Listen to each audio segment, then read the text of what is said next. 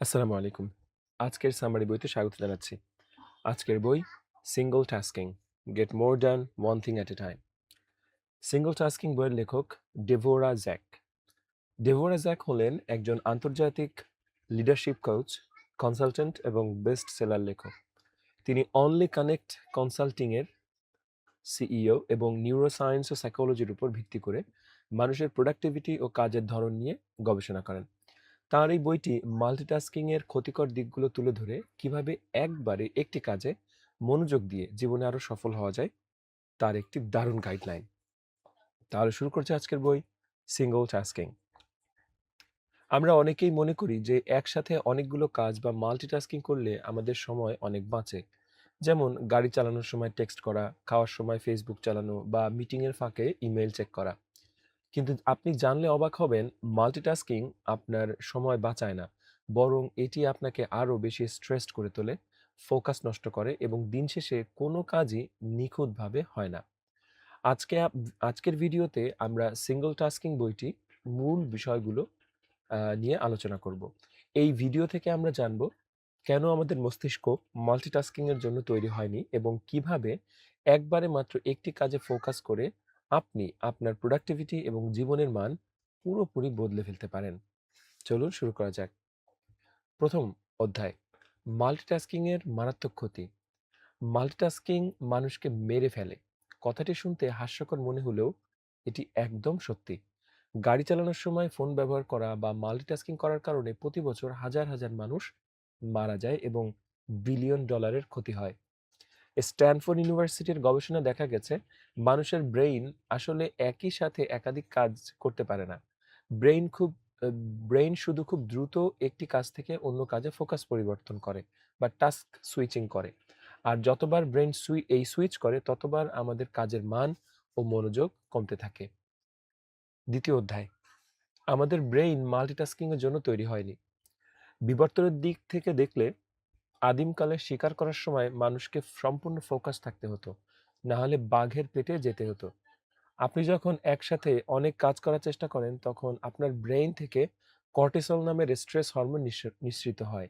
এটি আপনার ব্রেইনের প্রিফ্রন্টাল কর্টেক্স বা যা জটিল চিন্তার জন্য দায়ী, একে সংকুচিত করে দেয়। অন্যদিকে সিঙ্গল টাস্কিং আপনাকে ফ্লো স্টেটে নিয়ে যায়। ২০১৪ সালের বিশ্বকাপে গোলরক্ষক টিম হাওয়ার্ড যখন রেকর্ড সংখ্যক ১৬টি গোল সেভ করেছিলেন, তখন তিনি বলেছিলেন, বাঁশি বাজার পর পৃথিবীতে আর কিছুই আমার মাথায় থাকে না। একেই বলে সিঙ্গল টাস্কিং এর চূড়ান্ত ফোকাস। তৃতীয় অধ্যায়, মনোযোগ ধরে রাখার হ্যাকস। মাল্টিটাস্কিং থেকে বাঁচার একটি দারুণ উপায় হলো ক্লাস্টার টাস্কিং। এর মানে হলো একই ধরনের কাজগুলোকে একসাথে করা।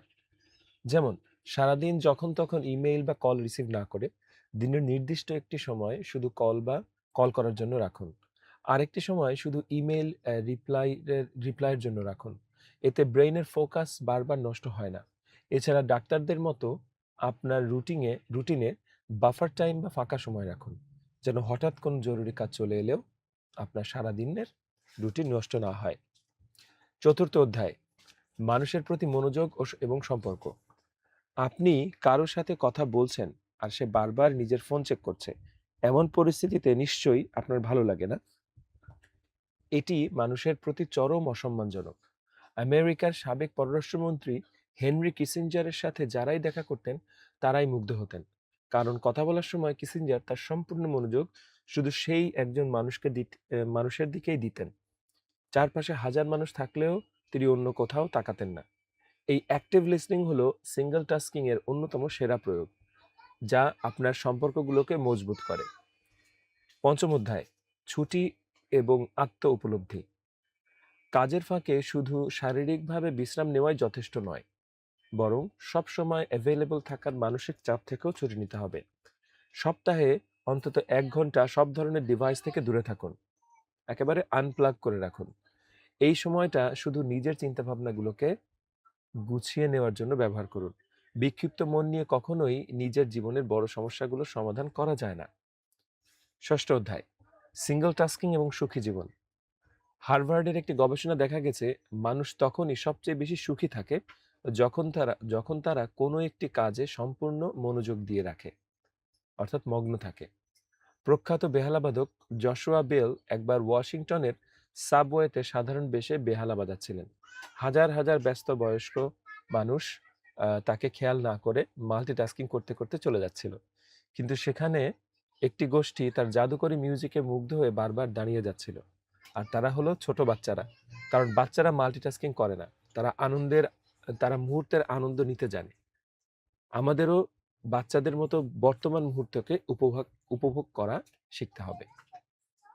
উপসংহার টানছি, সব কাজ একসাথে করে রুটিন ভরিয়ে ফেলাই প্রোডাক্টিভিটি নয়। আসল প্রোডাক্টিভিটি হলো নিজের কাজের অগ্রাধিকার বা প্রায়োরিটি ঠিক করা এবং ধীর স্থিরভাবে একটির পর একটি কাজ সম্পূর্ণ মনোযোগ দিয়ে শেষ করা।